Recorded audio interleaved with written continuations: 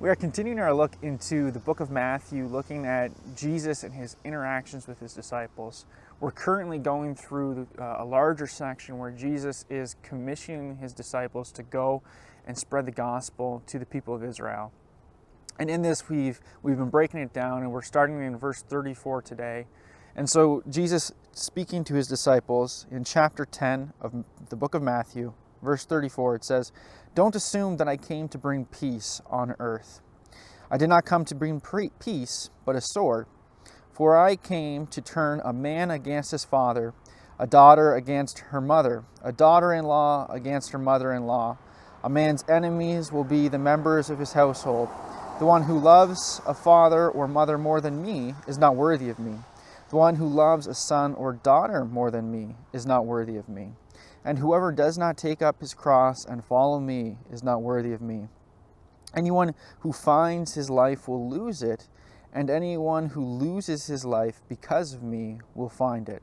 And we're going to continue into the next section there. So in verse 40, "The one who welcomes you welcomes me, and the one who welcomes me welcomes him who sent me.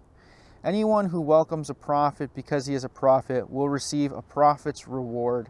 And anyone who welcomes a righteous person because he is righteous will receive a righteous person's reward. And whoever gives even a cup of cold water to one of these little ones because he is a disciple, truly I tell you, he will never lose his reward." And so this is a really interesting section of text here, and I like it. And it's at first maybe it seems opposite to what Jesus has said in the past, right? So before this we see Jesus saying, blessed is the peacemaker. And he tells his disciples to be peaceful people. But then he says that he hasn't come to bring peace, but a sword.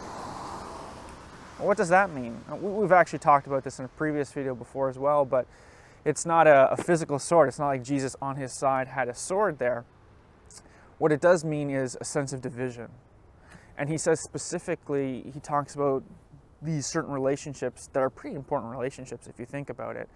A son and a father, brothers. He talks about this family relationship. And in the Bible time and in today's time, there's not many relationships that people value as much as they do family. Like when you ask someone, what do you value the most? Family is one of the common answers you're going to get.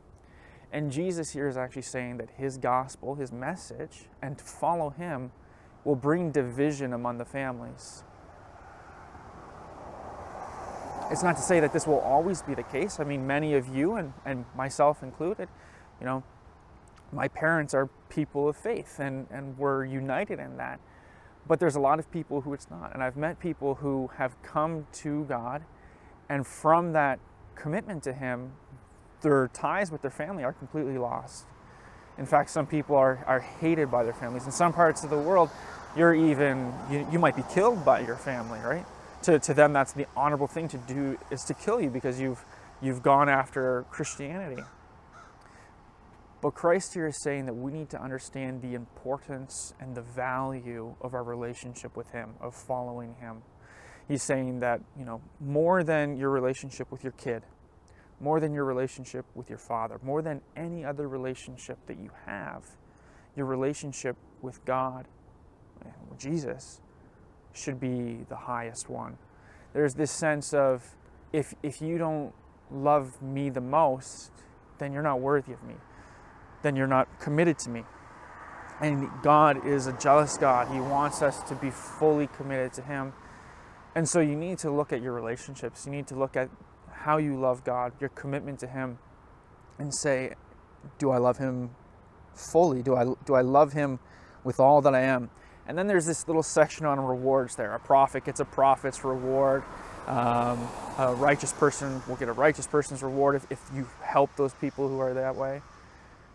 And he says that even if you he's talking about the disciples, if someone gives the disciples a nice cup of cold water, then they'll be blessed for that. Because what they're doing is they're not just blessing the disciple, but they're blessing God who is with that disciple. And by receiving the disciple, they're receiving God. And if they're receiving Christ. And if they're receiving Christ, they're receiving the one who sends Christ, which is God the Father. And so there's this sense that as we go into ministry and we represent God, when people accept us and treat us well, it also reflects not just of kindness to us, but kindness to the one who sent us. And so likewise to you, when you have a brother or sister in the faith come into your home, or a pastor visit you, or you meet with missionaries, or anything of that sort, the kindness and love that you show to that person is not just being kind to them, but it's also giving glory and respect and kindness to God. And so we need to watch how we treat one another and make sure that we're treating each other well in that sense. So the takeaways from this section is just simply that. Let's treat each other well. But before every other relationship, our commitment to God has to be the most important one.